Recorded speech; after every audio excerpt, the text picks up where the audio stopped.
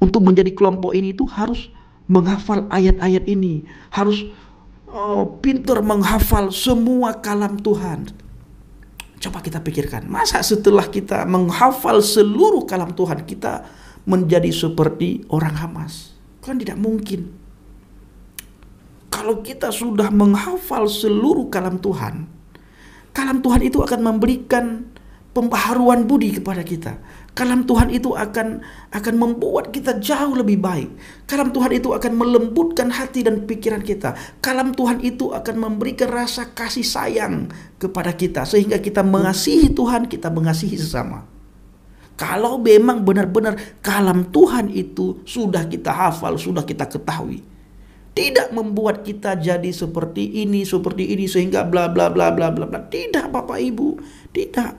Ya, kita harus tanamkan hal ini. Ya, coba bayangkan.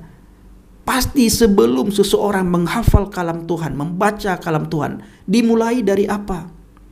Dari kalimat apa dimulai? Sebelum orang tersebut membaca kalam Tuhan, dimulai dengan satu kalimat. Apa itu, Bang Pendi? Bismillahirrahmanirrahim. Apa artinya? Dengan nama Allah yang Maha Pengasih dan Maha Penyayang. Itu sebelum kita melanjutkan untuk membaca kalam-kalamnya Tuhan. Diawali dulu dengan Bismillah.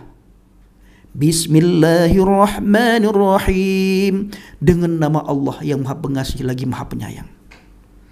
Ada yang mengawali A'udzubillahi minasyaitonirrajim. Aku berlindung kepada Allah dari godaan setan yang terkutuk. Lalu setelah itu Bismillahirrahmanirrahim. Dengan nama Allah yang Maha Pengasih lagi Maha Penyayang. Ada satu ayat Al-Quran yang sangat hebat, menceritakan kepada semua umat muslim dan harus diketahui oleh semua umat muslim. Apa itu? Salah satu tanda-tanda orang yang beriman, salah satu ciri-ciri orang yang beriman. Apa salah satu tanda orang beriman? Salah satu ciri-ciri orang yang beriman, ketika dia mendengar nama Allah, bergetar hatinya. Bergetar hatinya. Ketika dia mendengar kalam-kalamnya Allah, bertambah-tambah imannya. Nah, coba bayangkan dengan yang diperdengarkan kepada kita oleh orang-orang tertentu, oleh oknum-oknum tertentu. Katanya untuk menjadi anggota Hamas itu, menjadi pejuang Hamas, harus menghafal seluruh kalam Tuhan.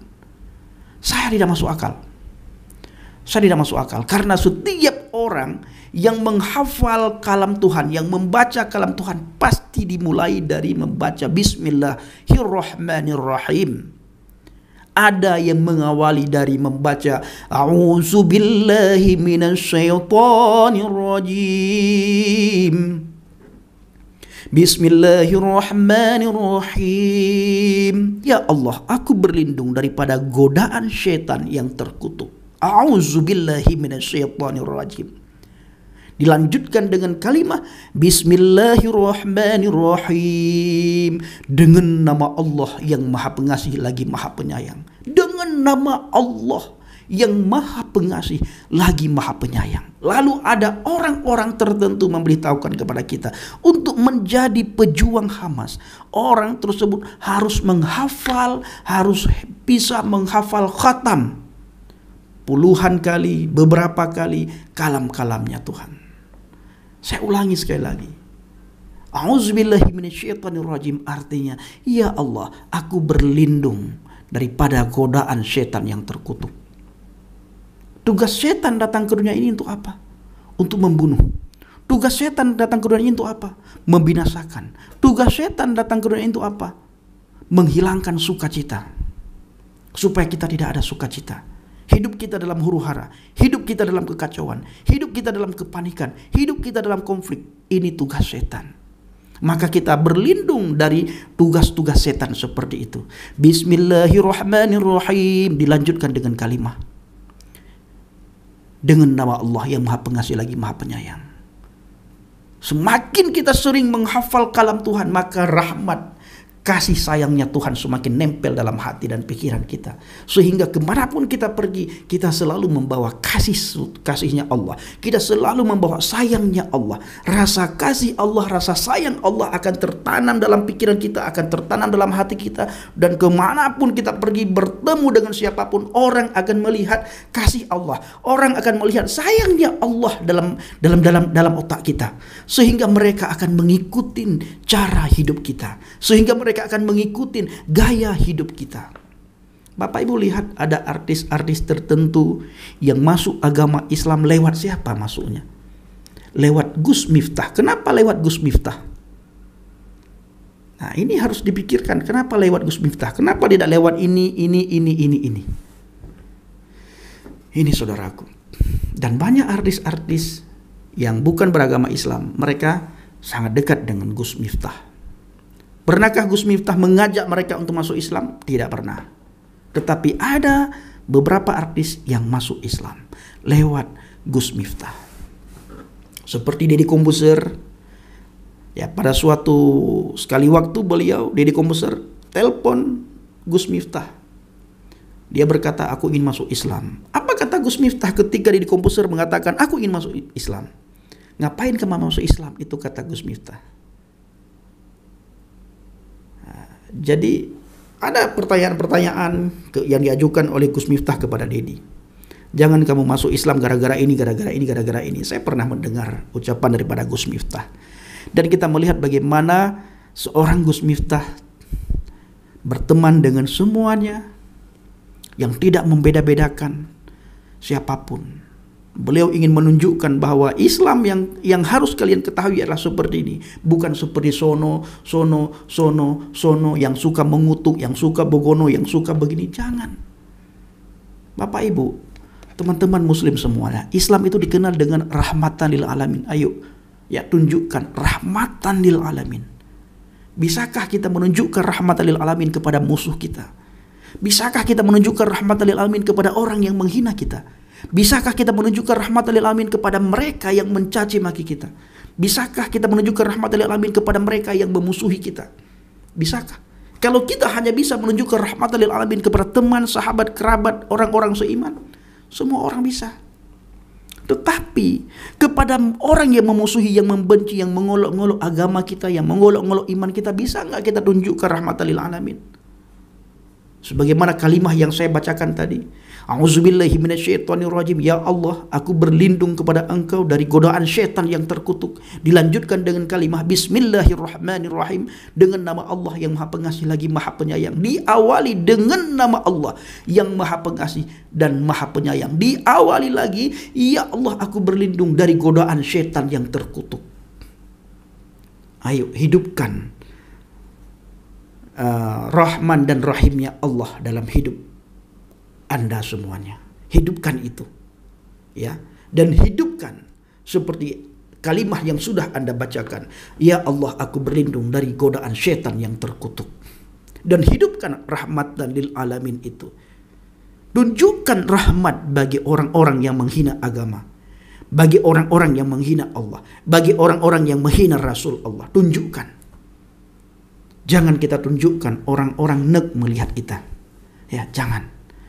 Nanti kalau Anda seperti ini, maka akan tergenapi sebuah hadis yang mengatakan, sayati zaman, maka akan datang suatu zaman di mana umatku, aina ummati, sayati zamanin aina ummati, akan datang suatu zaman di mana umatku nanti akan mengikuti umat-umat sebelumnya. Apabila umat sebelumnya masuk ke lubang biawak, sekalipun umatku akan mengikuti. Jangan sampai hadis tersebut tergenapi, Bapak Ibu. Ya, sayati zaman, akan datang suatu zaman aina ummati, di mana umatku, kata Nabi Muhammad, mereka akan mengikuti umat sebelumnya. Bahkan apabila umat sebelumnya masuk ke lubang biawak sekalipun, umatku akan mengikuti mereka. Ini ada hadisnya, Bapak Ibu. Dan ada hadis lagi yang mengatakan jangan sampai tergenapi di bangsa dan negara ini. Apa hadisnya, Bang Pendi? Pada suatu hari nanti Islam tinggal nama. Masjid sangat megah, tetapi masjid tidak dipakai untuk syariat agama.